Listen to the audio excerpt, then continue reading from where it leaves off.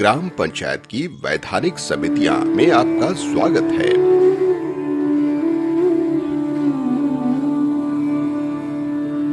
शिक्षण उद्देश्य। इस इकाई के अंत में आप निम्नलिखित बातों को जानने में सक्षम होंगे। ग्राम पंचायत की बैठकों के संचालन की प्रक्रिया, ग्राम पंचायत में स्थायी समितियों के संगठन, कुछ राज्यों में विभिन्न वैधानिक समितियों की कार्यात्मक जिम्मेदारियां, पंचायतों के लिए संवैधानिक समितियों की आवश्यकता क्यों होती है। प्रत्येक राज्य में पंचायती राज संस्थाओं के लिए बहुत से विषय सौंपे गए हैं। पंचायतों के लिए यह संभव नहीं है कि वे आम सभा की बैठकों में इन सभी विषयों पर चर्चा कर सकें। इसलिए महत्वपूर्ण मुद्दों पर ठीक से ध्यान देने के लिए ग्राम पंचायतों में विषय अनुसार संवैधानिक समितियों का गठन किया गया है।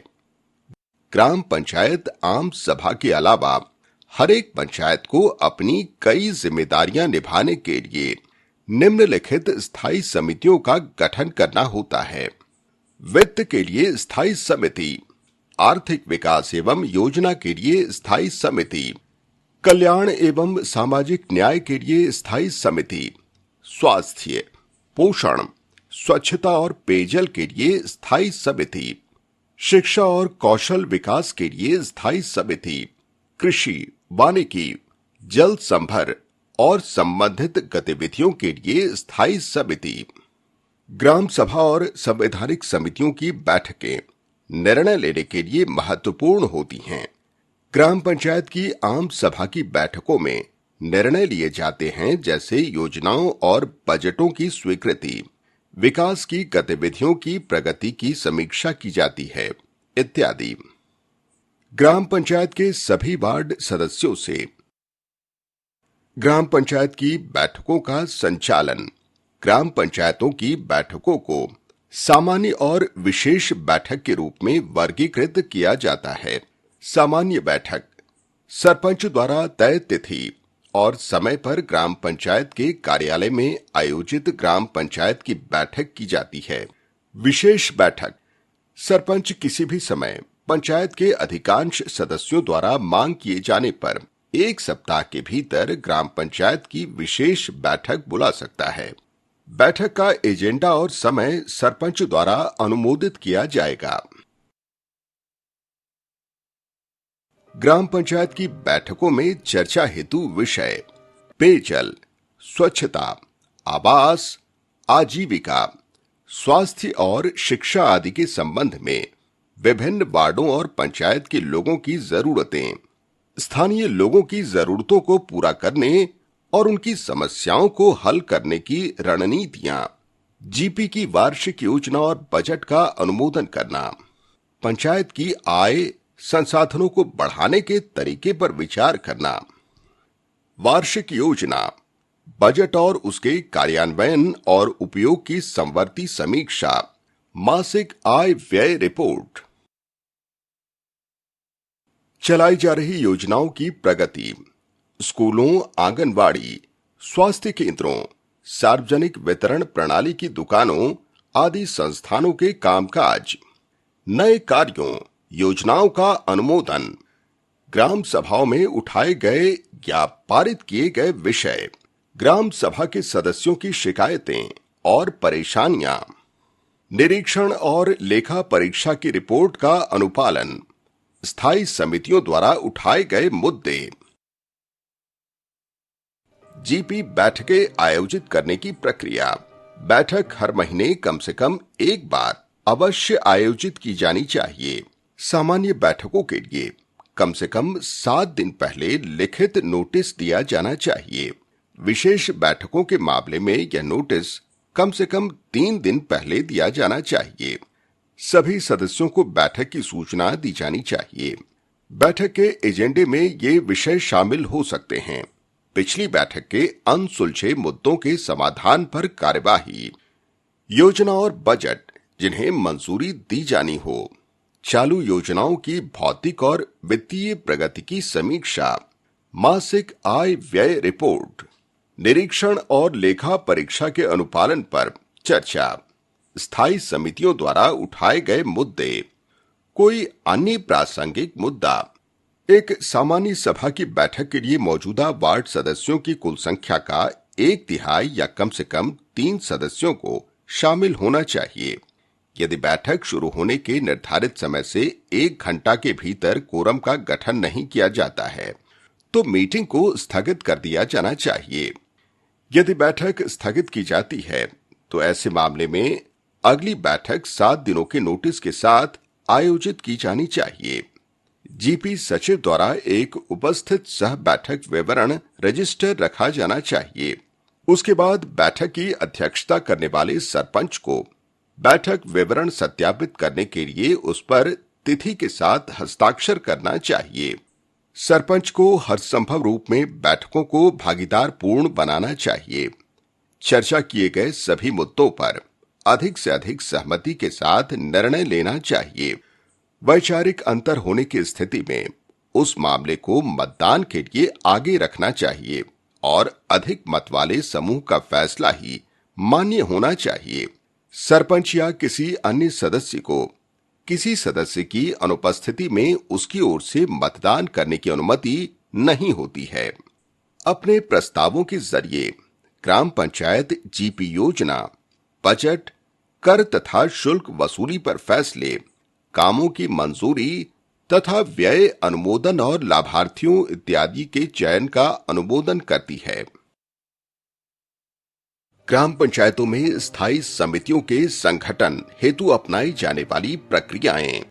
संबंधित पीआरई को अपनी पहली बैठक के 3 महीने के भीतर स्थायी समितियों का गठन करना होता है। इस कार्य के लिए पंचायत की एक औपचारिक बैठक बुलाई जाती है और स्थायी समिति के सदस्यों का संबंधित निर्वाचित प्रतिनिधियों द्वारा निर्वाचन किया जाता है। प्रत्येक स्थायी समिति के सदस्यों को स्थायी समिति के गठन के 1 हफ्ते के भीतर अपने स्वयं के बीच से एक अध्यक्ष को चुनना होता है।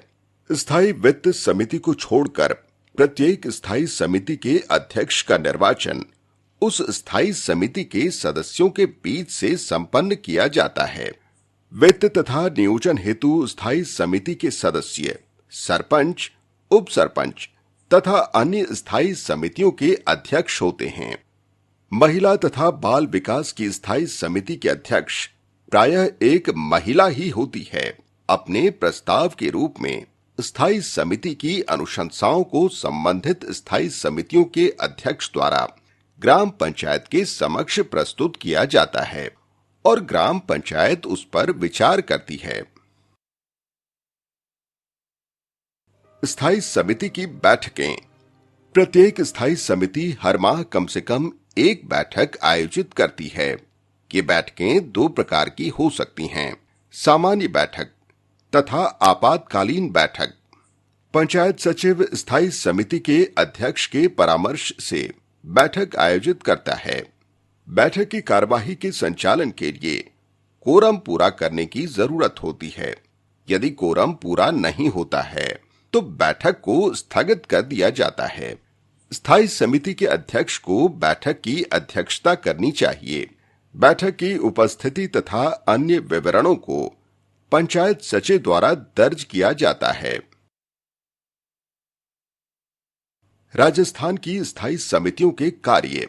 राजस्थान पंचायती राज अधिनियम 1994 ने 5 अनिवार्य स्थायी समितियों के गठन का सुझाव दिया है और ग्राम पंचायत किसी भी विषय के लिए एक 6वीं स्थायी समिति का गठन कर सकती है। राजस्थान पंचायती राज के तहत स्थायी समितियों की भूमिका नीचे दी गई है। प्रशासन तथा स्थापना स्थायी समिति आवासीय भूखंडों की बिक्री तथा हस्तांतरण से जुड़े प्रशासनिक कार्य, दोषपूर्ण पदाधिकारियों के विरुद्ध अनुशासनात्मक कार्यवाही का सुझाव देना, वित्त तथा कराधान हेतु स्थायी समिति, जनहित के कई विकास कार्यों हेतु वित्तीय संसाधनों को संगठित करना, कर, जुर्माना तथा दंड लगाना तथा एकत्र करना, उत्पादकता स्थायी समिति, उन्नत कृषि पद्धतियों के लिए किसानों के प्रशिक्षण जैसी गतिविधियां चलाना, डेयरी, मत्स्य पालन, व अन्य सहायक गतिविधियों को बढ़ावा देना। शिक्षा हेतु स्थायी समिति, व्यापक नामांकन सुनिश्चित करना, शिक्षकों की हाजिरी, SC/ST छात्रों को छात्रवृत्ति, मध्याह्न भोजन की गुणवत्ता इत्यादि पर नजर रखना। सामाजिक सुरक्षा तथा सामाजिक न्याय हेतु स्थायी समिति, सामाजिक विकास कार्यक्रमों के प्रभावी क्रियान्वयन के लिए सहायता प्रदान करती है, योग्य व्यक्तियों को सामाजिक सहायता की अनुशंसा करती है, जैसे कि पेंशन की अनुशंसा।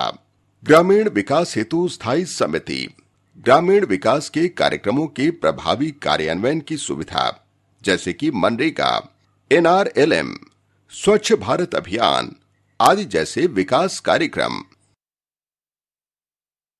ग्राम पंचायत सरपंच कार्यात्मक समिति के अध्यक्ष होंगे। सरपंच की अनुपस्थिति में उप सरपंच कार्यात्मक समितियों की बैठक की अध्यक्षता करेंगे। पंचायत सचिव प्रत्येक कार्यात्मक समिति के संयोजक सदस्य होंगे और समिति की कार्यवाही रिकॉर्ड करेंगे। कार्यात्मक समितियों का निर्णय ग्राम सभा द्वारा समर्थन के अधीन होगा, जिसमें उनको स्वीकृत करने, संशोधित करने, उन्हें रद्द करना और वापस बदलने की शक्ति निहित होगी। तेलंगाना राज्य का गंगा देवी पल्ली ग्राम पंचायत का केस अध्ययन। एक आदर्श गांव कैसा हो, ये खोज हमें ले गई हैदराबाद से 150 किलोमीटर तेलंगाना के वारंगल जिले के एक गांव में। यहाँ है पानी की सप्लाई 100%, सफाई 100%, साक्षरता 100%, टीकाकरण 100%, परिवार नियोजन 100%, बाल श्रम का अंत 100%, बिजली बिल भुगतान 100%, संपत्ति कर भुगतान 100%। ये कोई कल्पना नहीं, सच्चाई है। स्वागत है आपका गंगा देवी पल्ली गांव में।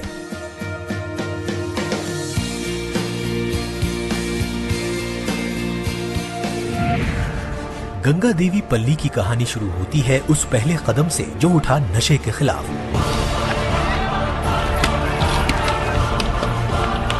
एक समिति बनी नशा बेचने वालों और नशा करने वालों की खैर नहीं। नशे के खिलाफ बनी समिति की सफलता ने गांव को जैसे एक नई राह दिखा दी।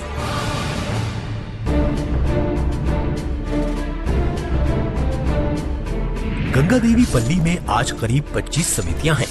इनकी जिम्मेदारी गांव में हर परियोजना ठीक से शुरू हो, लगातार चले और कड़ी निगरानी में रहे।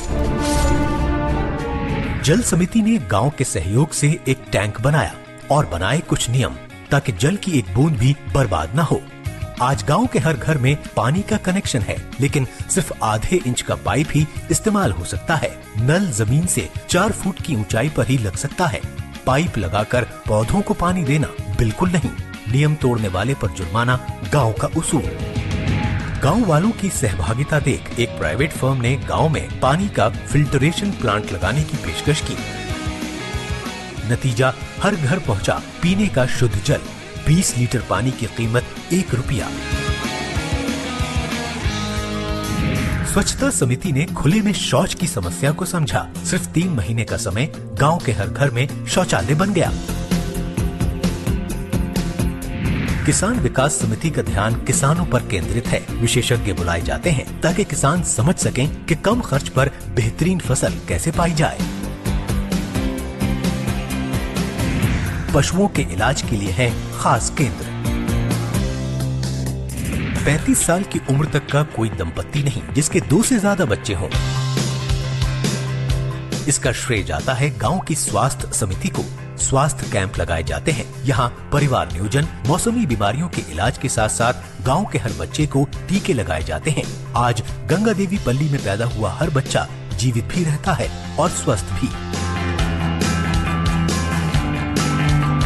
गंगा देवी पल्ली में सफलता की 3 चाबियां हैं। लोगों की भागीदारी, लोगों से जुड़ा सुशासन और निर्धारित नेतृत्व ढांचा। लक्ष्य तय हुए, उन्हें हासिल किया सबने साथ मिलकर। अब कोई ताला नहीं जो खुल न सके।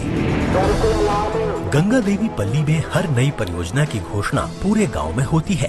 సందర్భంగా ఏర్పాటు చేయనున్నది ఈ గ్రామ సభ। ग्राम सभा में परियोजना के लिए समिति अध्यक्ष और सदस्यों को चुना जाता है। गांव के हर परिवार का कोई न कोई सदस्य किसी एक समिति का हिस्सा जरूर है। जिम्मेदारी सौंपने और समझने का एक अचूक मंत्र।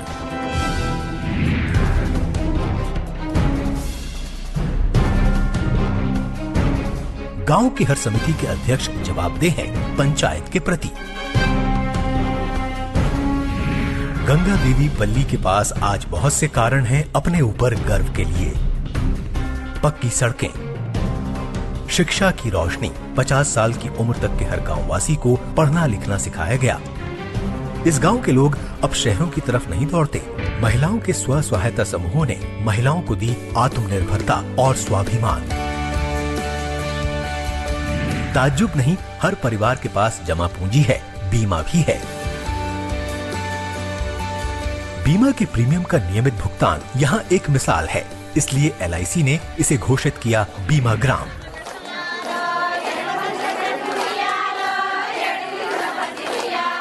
एक आदर्श गांव का मॉडल बनकर उभरा है गंगा देवी पल्ली गांव। एक मिसाल। बदलाव की शुरुआत हमसे ही होती है। जरूरत है विश्वास की, विश्वास अपनी क्षमताओं पर, अपने आप पर।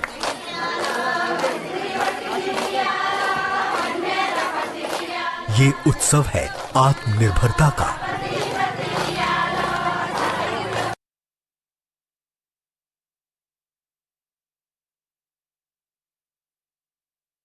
आइए इस इकाई को संक्षेप में दोहराते हैं।